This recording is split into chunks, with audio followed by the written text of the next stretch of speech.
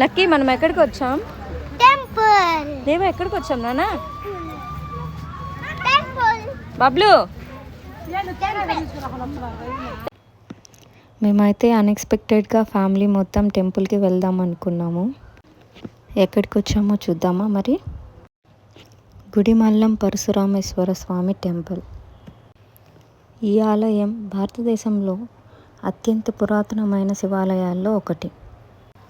ఇక్కడ ఉన్న శివలింగం 2000 సంవత్సరాల కంటే పురాతనమైనదంట.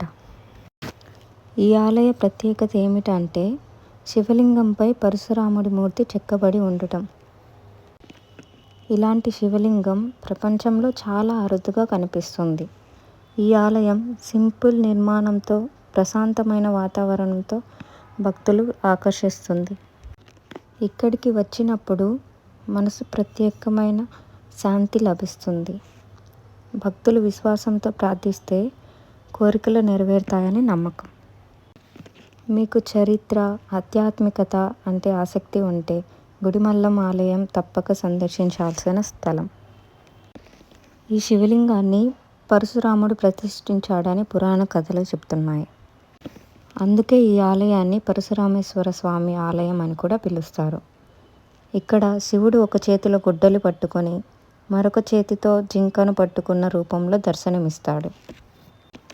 ఇలాంటి శివలింగం ప్రపంచంలో మరెక్కడా కనిపించదు. ఈ ఆలయం శాంతి, ఆధ్యాత్మికతో నిండి ఉంటుంది. ఇక్కడికి వచ్చిన ప్రతి భక్తుడు ప్రశాంతతను అనుభవిస్తాడు.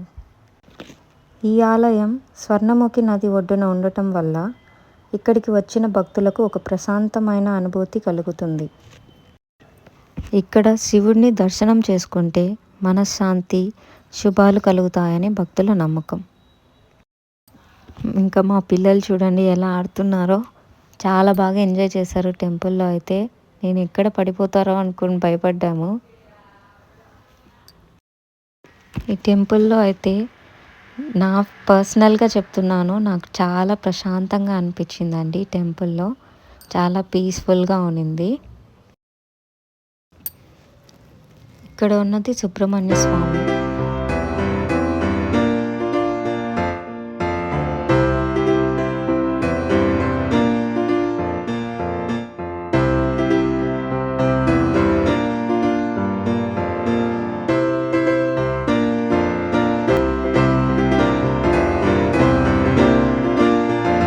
మా రౌడీ పిల్లలు చూడండి ఎలా ఉన్నారో.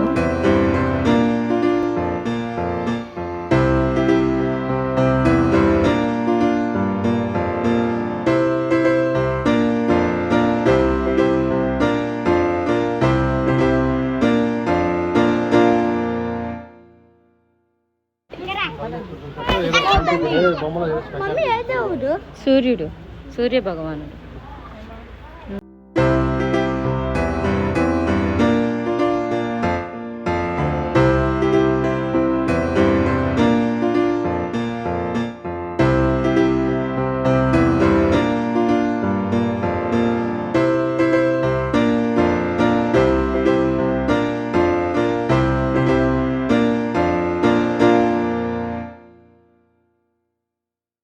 అండి మా ఆయనకు భక్తి ఎక్కువ అయిపోయింది, చాలా బుద్ధిమంతుడు అయిపోయాడు టెంపుల్లో మాత్రం.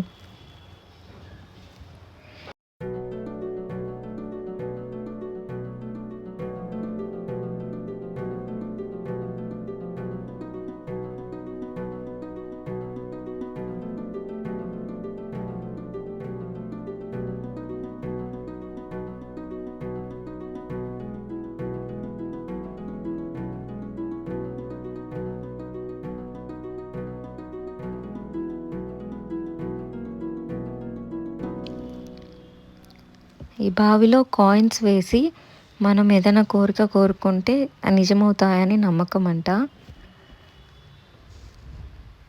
చూడండి ఎన్ని కాయిన్స్ వేశారో.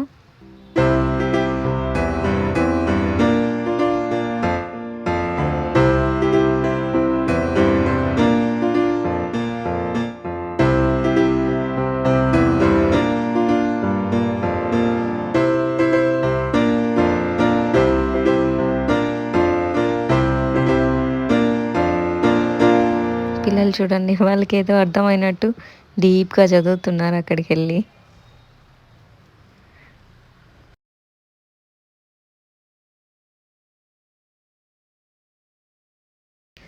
ఇంకా ఇది టెంపుల్ లోపల ఒక రౌండ్ వేసుకొని టెంపుల్కి గర్భగుడిలోకి అయితే వెళ్తాము. లోపల వీడియో ఇది.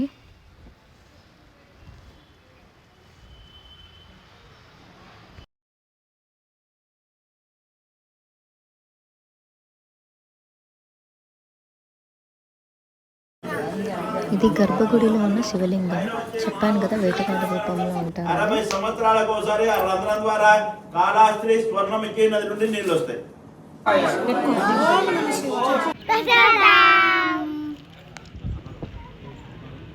ఓకే. ఇంకా పొరగులా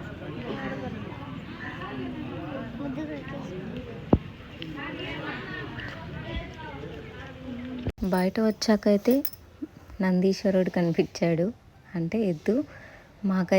నాకైతే అచ్చం నందిలాగే అనిపించింది. నంది బయట శివుడి కోసం కాపలా ఉన్నట్టు అనిపించింది. ఇంకా పిల్లలు దానికి ఫీడ్ చేస్తున్నారు.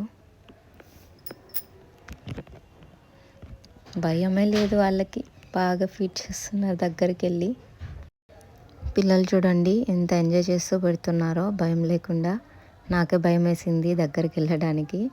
ఇంకా లాస్ట్లో వెళ్ళి నేను పెట్టాను. వీడియో కనుక నచ్చితే లైక్ చేయండి, షేర్ చేయండి, సబ్స్క్రైబ్ చేయండి ప్లీజ్.